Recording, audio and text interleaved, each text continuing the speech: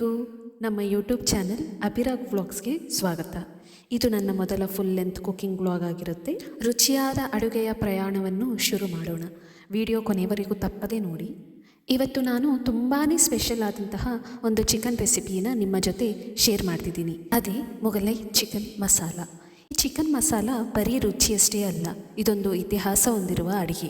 ಈಗ ಈ ರೆಸಿಪಿಯನ್ನು ಮಾಡುವ ವಿಧಾನ ನೋಡೋಣ. ಮೊದಲಿಗೆ ನಾವು ಚಿಕನನ್ನು ಚೆನ್ನಾಗಿ ತೊಳೆದು ಅದಕ್ಕೆ ರುಚಿಗೆ ತಕ್ಕಷ್ಟು ಉಪ್ಪು, ಚಿಟಿಕೆ ಅರಿಶಿಣ, 1-2 ಸ್ಪೂನ್ ಖಾರದ ಪುಡಿ, 1 ಸ್ಪೂನ್ ಜೀರಿಗೆ ಪುಡಿ, 1 ಸ್ಪೂನ್ ಕಾಳು ಮೆಣಸಿನ ಪುಡಿ, ಸ್ವಲ್ಪ ನಿಂಬೆಹಣ್ಣು ಹಿಂಡಿ, 1 ಸ್ಪೂನ್ ಕಸೂರಿ ಮೇಥಿ, 3-4 ಸ್ಪೂನ್ ಗಟ್ಟಿ ಮೊಸರು ಹಾಕಿ ಚೆನ್ನಾಗಿ ಮಿಕ್ಸ್ ಮಾಡಿ.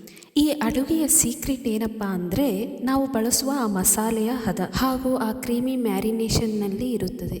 ಈಗ ಇದನ್ನು ಸರಿಸುಮಾರು 10-15 ನಿಮಿಷಗಳ ಕಾಲ ಚೆನ್ನಾಗಿ ಮ್ಯಾರಿನೇಟ್ ಆಗಲು ಬಿಡಬೇಕು. ನಂತರ ಒಂದು ಬಾಣಲೆಯಲ್ಲಿ 5-6 ಸ್ಪೂನ್ ಎಣ್ಣೆಯನ್ನು ಹಾಕಿ ಅದು ಕಾದ ನಂತರ ಅದರಲ್ಲಿ ಸಣ್ಣದಾಗಿ ಕಟ್ ಮಾಡಿರುವ 2-3 ಈರುಳ್ಳಿಯನ್ನು ಹಾಕಿ ಕಂದು ಬಣ್ಣ ಬರುವವರೆಗೂ ಫ್ರೈ ಮಾಡಿಕೊಳ್ಳಿ.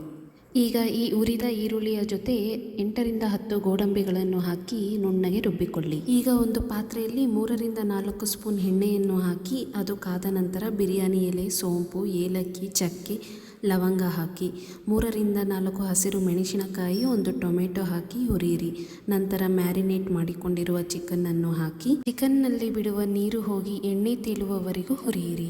ಲಿಡ್ ಕ್ಲೋಸ್ ಮಾಡಿ 2 ನಿಮಿಷ ಕುದಿಸಿ. ಮೊಘಲರ ಕಾಲದ ರಾಜ್ಯ ವೈಭೋಗದ ರುಚಿಯನ್ನು ಹೊಂದಿರುವ ಈ ಅಡಿಗೆಯನ್ನು ಅತಿಥಿಗಳು ಮನೆಗೆ ಬಂದಾಗ ಒಂದು ಸಲ ಟ್ರೈ ಮಾಡಿ. ಈಗ 1 ಸ್ಪೂನ್ ಜೀರಿಗೆ, ಅರ್ಧ ಸ್ಪೂನ್ ಕಾಳು ಮೆಣಸಿನ ಪುಡಿ, 1 ಸ್ಪೂನ್ ಖಾರದ ಪುಡಿ, 1 ಸ್ಪೂನ್ ಗರಂ ಮಸಾಲ, 1 ಸ್ಪೂನ್ ಧನಿಯಾ ಪೌಡರ್ ಹಾಕಿ ಮಿಕ್ಸ್ ಮಾಡಿ. ಈ ಮಸಾಲೆಗಳನ್ನು ತರಾತುರಿಯಲ್ಲಿ ಬೇಯಿಸದೆ ಕಡಿಮೆ ಉರಿಯಲ್ಲಿ ಎಣ್ಣೆ ಬಿಡುವವರೆಗೂ ಚೆನ್ನಾಗಿ ಉರಿಯಬೇಕು.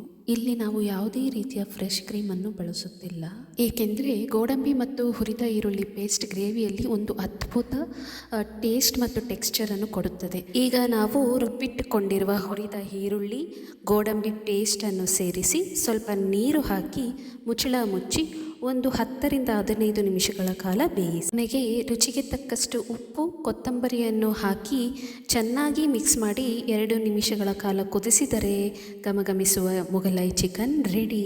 ನೋಡಿದ್ರಲ್ಲ, ಇಷ್ಟು ಸುಲಭವಾಗಿ ನಮ್ಮ ಮನೆಯ ಅಡುಗೆ ಮನೆಯಲ್ಲೇ ಮೊಘಲೈ ಚಿಕನ್ ಅನ್ನು ಹೇಗೆ ಮಾಡೋದು ಅಂತ ನೋಡಿದ್ವಿ. ಇದನ್ನು ನಾವು ಬಿಸಿ ಬಿಸಿ ಅನ್ನ, ಚಪಾತಿ, ರೊಟ್ಟಿ, ನಾನ್, ಬಟರ್ ಕುಲ್ಚಾ ಜೊತೆ ಸವಿಯಬಹುದು. ಈ ರೆಸಿಪಿ ನಿಮಗೆ ಇಷ್ಟವಾಗಿದ್ದರೆ ದಯವಿಟ್ಟು ನನ್ನ ಚಾನಲ್ಗೆ ಲೈಕ್ ಮಾಡಿ, ಶೇರ್ ಮಾಡಿ, ಸಬ್ಸ್ಕ್ರೈಬ್ ಮಾಡಿ. ಮುಂದಿನ ವಿಡಿಯೋದಲ್ಲಿ ಮತ್ತೊಂದು ರೆಸಿಪಿಯೊಂದಿಗೆ ಸಿಗೋಣ. ಅಲ್ಲಿಯವರೆಗೂ ಧನ್ಯವಾದಗಳು.